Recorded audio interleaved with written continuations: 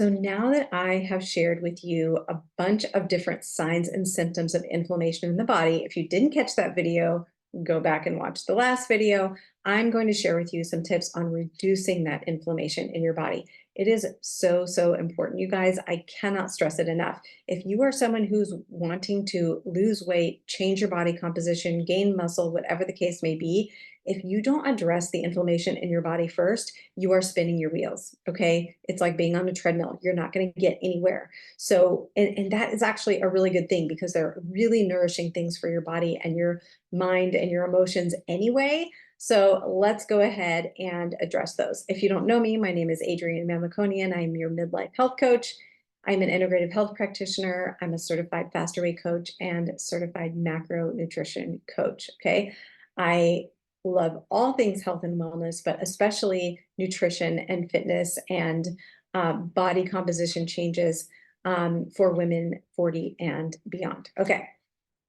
5 ways to reduce the inflammation in your body. Number one, I recommend this to every single person on earth is to do some walking or some sort of bilateral movement. Okay. This could be walking outdoors. I do it every single day. I try to get my 10,000 steps.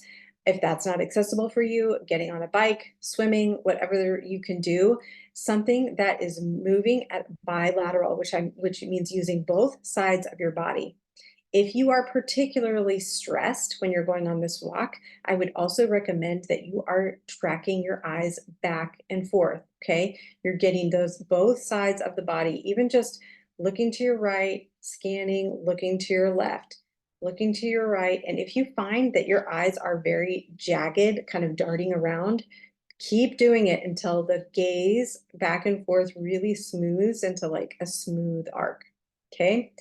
Getting your body, parasympathetic nervous system, rest and digest. We want to get out of that fight or flight mode. Okay, so that's number one. Walking, bilateral movement. You can also, by the way, do some tapping. You can do, I forget what they call this. There's a word for it, where you're kind of squeezing or stroking both sides, crossing the midline. This is really, really good for your nervous system. Okay. All right, so that's number one, bilateral movement, walking especially. Okay, number two, reduce nutritional stress. What do I mean by nutritional stress? If you have been on a diet since you were 12, if you have been chronically trying to eat as little as possible and get as much exercise as possible, that is nutritional stress. Your body is in a chronic state of not starvation necessarily, but in such an extreme restricted state that your body becomes inflamed. We cannot stay at that level of nutritional stress day after week after year. Okay, just the body just does not respond that way. So let's focus on giving your body some really, really nourishing foods and not just the macros, right? I'm a macro certified coach. So I think in macros, protein, fats, and carbs, those are really, really important. But also think about micronutrients. Are you eating fruits and vegetables? Are you getting enough of those macro and micronutrients? Okay. Nutritional stress, it's a real thing. It can cause that inflammation in your body. So maybe we need to take a step back, not be in such a high deficit. We can go back there when you have, if you have those goals to lose fat or lose weight. But first, let's get your body into a state of rest and digest and really being able to tap into your parasympathetic nervous system. Okay, that's number two. Number three, I know it's going to sound boring, but you've got to stay hydrated. And I feel like I could say it until I'm blue in the face, and I still struggle with it. Every day I have to really make a conscious effort to get enough water in, and not just water. Okay, really important that you know this, that it's not just about plain water. Okay, first of all, you don't have to just drink plain water. You can drink sparkling water, you can drink tea. There's lots of other things that you can, and even fruit has a lot of hydration in it. So just being conscious of staying hydrated. Half your body weight in ounces a day is what I recommend, and some form of electrolytes, especially if you're active. Okay, so those electrolytes, you can put them in your water. There's lots of different brands. I personally make my own using coconut water. Coconut water is a natural electrolyte. I put it in my smoothie every day. And that's how I get my electrolytes. So you can do what works for you. I also have like a little adrenal cocktail that kind of really calms your body and also hydrates it. If you want that, just comment on this video and I'll send it to you. And that's really good as well. Okay. Number 4, social connections. Okay, we were not meant to be isolated. If you find yourself kind of down, we talked about mood swings in the other video. If you find yourself kind of down, feeling like you want to withdraw, try to phone a friend, try to reach out to somebody.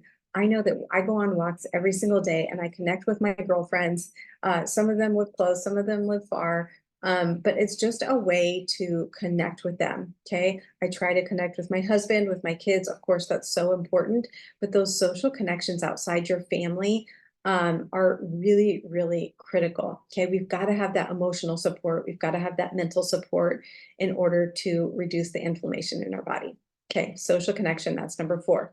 Number 5 is probably my favorite one. And it took me so long to learn this, you guys, because I had a coach I was working with for this specific thing, is getting rid of the inflammation in my body. And I was doing a lot of mental, personal development, emotional work. And one thing she asked me was like, what sounds fun? Like, what sounds fun? And I could not come up with an answer because I had never just like done something fun for myself in the middle of the day.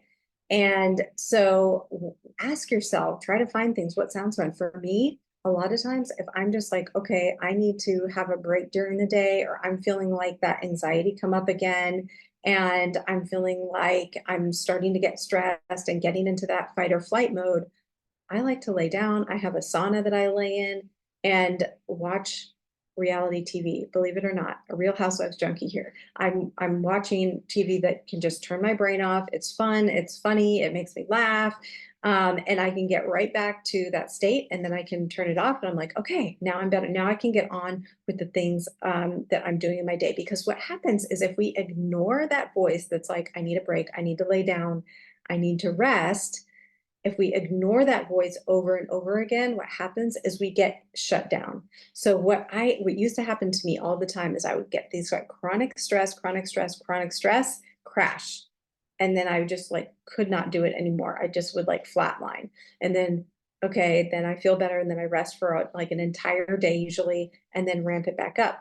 But what would happen if you just took those little breaks when you needed them during the day? It's a lot more sustainable. So hopefully that was helpful. Reach out to me. I'm on Instagram at Living Well with Adrienne. I would love to hear from you. I would love to hear what you want more of in these videos, what you want less of in these videos. Are they too long and too short? So feel free to comment below or go find me on Instagram, and I will see you in the next video.